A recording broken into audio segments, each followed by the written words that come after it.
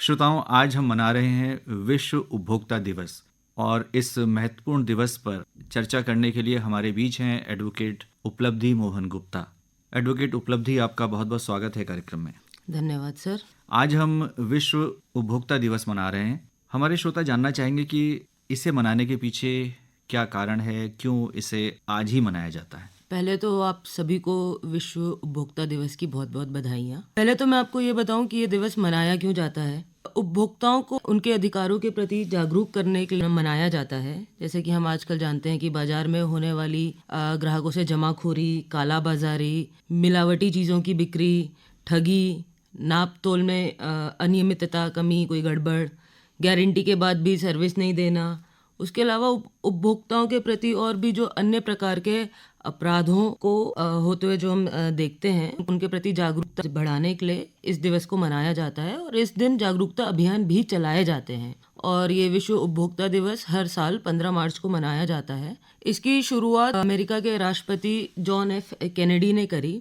इसी दिन 15 मार्च को 1962 में उन्होंने सबसे पहली बार अमेरिकी जो कांग्रेस है उसमें फॉर्मली एक डिमांड रेज करी। यह मुद्दा उठाया कि जो उपभोक्ताओं के अधिकार हैं उनको हमको सुरक्षित करना चाहिए और उनके प्रति जागरूकता बढ़ाई जानी चाहिए। और इसी दिन 15 मार्च को ही 1983 में विश्व उपभोक्ता दिवस को पहली बार मनाया गया और यूएन यानी कि संयुक्त राष्ट्र ने इसको समर्थन दिया और विश्व उपभोक्ता दिवस को मान्यता दी। ये तो आपने इसका इतिहास बताया और क्यों ये मनाया जाता है। महत्वपूर्ण दिवस है इसलिए, चूंकि एक आम जो हमारा श्रोता है वो किसी न किसी रूप में उपभोक्ता भी है, तो ये बताएं कि एक उपभोक्ता को कैसे परिभाषित हम कर सकते हैं। जैसा कि हमारे देश में अभी वर्तमान में उपभोक्ता संरक्षण अधिनियम 2019 लागू है, तो इसके अंतर्गत जैसे हम जानते हैं कि उपभोक्ता क्या होता है, तो इस अधिनियम के हिसाब से कोई भी व्यक्ति जो कोई भी सामान, गुड्स को लेता है या कोई भी सर्विस, सेवा को उपलब्ध करता है, उसको हम उपभोक्ता बोलते हैं। ये सेवा या जो सामान ले रहा है वो किसी कंसिडरेशन के लिए यानी किसी मूल्य के लिए लेगा और ज़रूरी नहीं है कि ये मूल्य वो उसी समय दे। हो सकता है वो उसी समय पे कर दे, हो सकता है कि वो बाद में प्रॉमिस करे कि मैं इसको, वादा करे कि मैं इसको बाद में पे करूँगा, हो सकता है कि वो थोड़ा सा दे और बाकी उधारी में मैं बाद में दूंगा या वादा कर दे कि मैं बाद में दूंगा, इस्तेमाल करता है, उसको हम उपभोक्ता बोलते हैं। और आपको ये भी बता दूं, उपभोक्ता में पर ऐसा कोई व्यक्ति नहीं शामिल है जो कि किसी ऐसे गुड्स को या सर्विस को आगे रीसेल करने के लिए या किसी कॉमर्शियल पर्पस के लिए लेता है, वो कंज्यूमर में नहीं है। तो उपभोक्ता के जो अधिकार हैं वो हमारे देश में पहले से ही तय हैं और इसके लिए कानून है, जैसे कि आपने बताया। तो यदि उसके अधिकारों का हनन होता है और जो उसके अधिकार हैं उसके तहत ना तो वो सेवाएं ले पाता है या उसके साथ नाइंसाफ़ी होती है, तो कहाँ वो शिकायत कर सकता है। ये आपने बहुत अच्छा प्रश्न किया, क्योंकि उपभोक्ता को उसके अधिकारों के बारे में जागरूक करना बहुत ज़रूरी है, तभी हम वास्तविकता में उपभोक्ता संरक्षण को हासिल कर पाएंगे। इसीलिए जैसा कि मैंने आपको बताया कि उपभोक्ता संरक्षण अधिनियम 2019 जो हमारे देश में लागू है, उसके अंतर्गत उपभोक्ता के अधिकारों को एक कानूनी ढांचे में डाला गया है। तो अगर किसी भी उपभोक्ता को कोई भी शिकायत होती है, शिकायत यानी कि जैसे कि कोई व्यापारी या सेवा प्रदाता अगर आपको कोई अनुचित संविदा या अनुचित व्यवहार यानी कि अनफेयर कॉन्ट्रैक्ट या फिर अनुचित व्यवहार, व्यापारिक व्यवहार, अनफेयर ट्रेड प्रैक्टिस या कोई अवरोधक व्यापारिक व्यवहार यानी कि कोई रिस्ट्रिक्टिव ट्रेड प्रैक्टिस अपनाता है किसी भी उपभोक्ता के खिलाफ, तो आप शिकायत कर सकते हैं। या फिर आप पाते हैं कि जो सामान आपने खरीदा या उसको आप खरीदने वाले हैं, उस माल में कोई डिफेक्ट है या त्रुटि है, या फिर जो आप सर्विस अवेल कर रहे हैं, जो आप सेवा का लाभ उठा रहे हैं, उसमें कोई कमी है, या फिर किसी भी चीज़ के लिए जो आप उसका जो मूल्य दे रहे हैं वो आपसे ज़्यादा लिया जा रहा है। अब ज़्यादा किससे ज़्यादा लिया जा रहा है, जैसा कि जो मूल्य उसका कानून के अंतर्गत निर्धारित किया गया है या फिर उस सामान पे या उसके पैकेट पे जो डिस्प्ले करा गया है उस मूल्य से ज़्यादा कोई आपसे पैसे ले रहा है, या फिर जो कोई प्राइस लिस्ट है जो बेचने वाले ने खुद एग्जिबिट करी हुई है, खुद प्रदर्शित की हुई है, या फिर किसी और कानून के अंडर अगर सरकार ने कोई एक प्राइस लिस्ट जारी करी है उससे ज़्यादा आपसे मूल्य लिया जा रहा है, या फिर आप दोनों के बीच में जो मूल्य निर्धारित हुआ है, तय हुआ है, उससे ज़्यादा अगर आपसे कोई भी व्यापारी या सेवा प्रदाता उससे ज़्यादा आपसे मूल्य लेता है तो भी आप उसके खिलाफ शिकायत कर सकते हैं।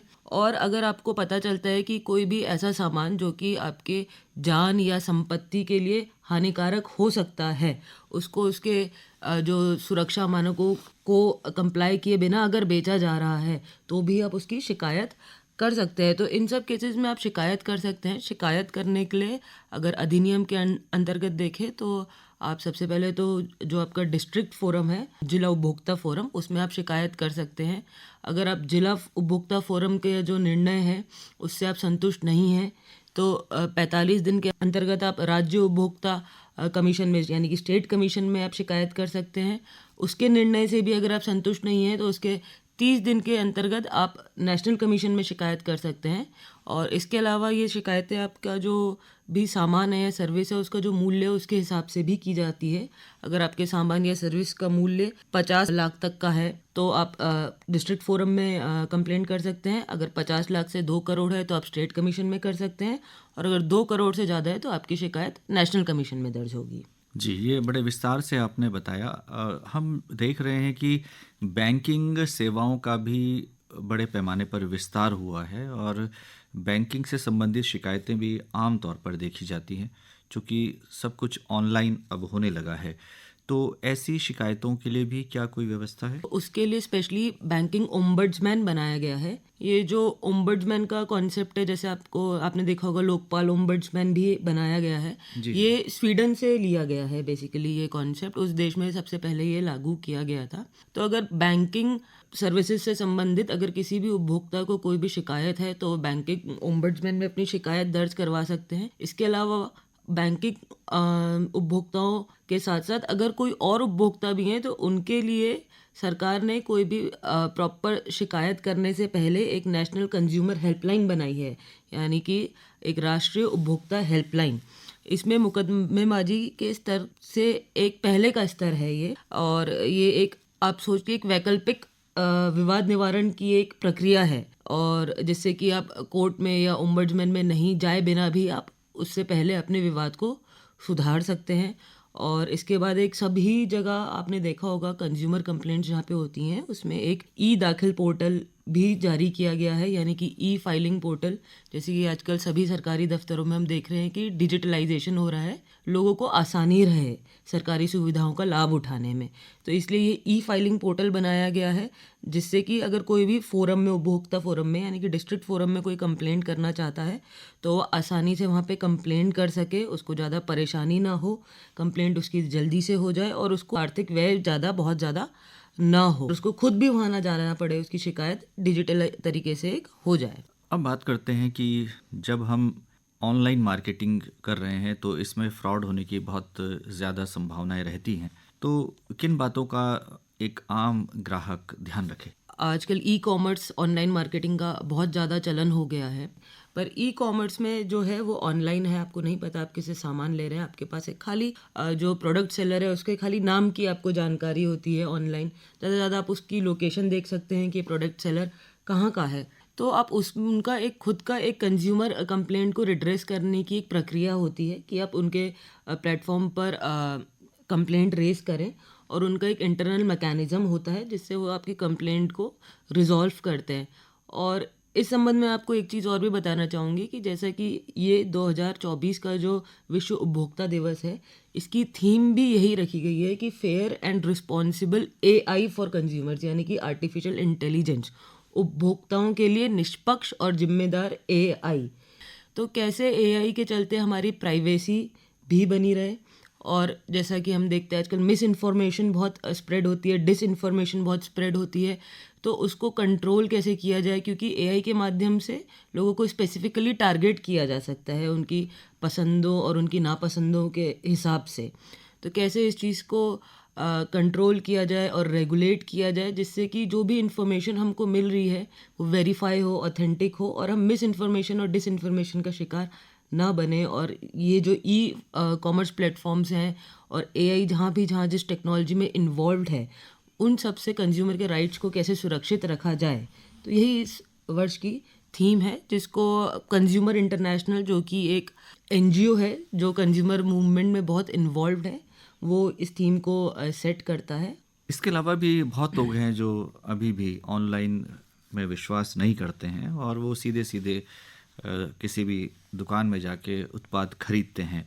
उनको क्या ध्यान में रखने की ज़रूरत है यदि भविष्य में कोई शिकायत वो करना चाहते हैं तो कुछ ऐसा प्रूफ जो उनके पास होना चाहिए? कुछ भी सामान लें तो उसका बिल ज़रूर लें, क्योंकि बिल एक तरीके से एक सबूत है कि आपने वो सामान उस व्यापारी से लिया है और उसको आप बता सकते हैं कि हमारे बीच में उपभोक्ता और व्यापारी का जो संबंध है उसको स्थापित करने के लिए एक बिल की आवश्यकता होती है। जी, अंत में क्या कहना चाहेंगे?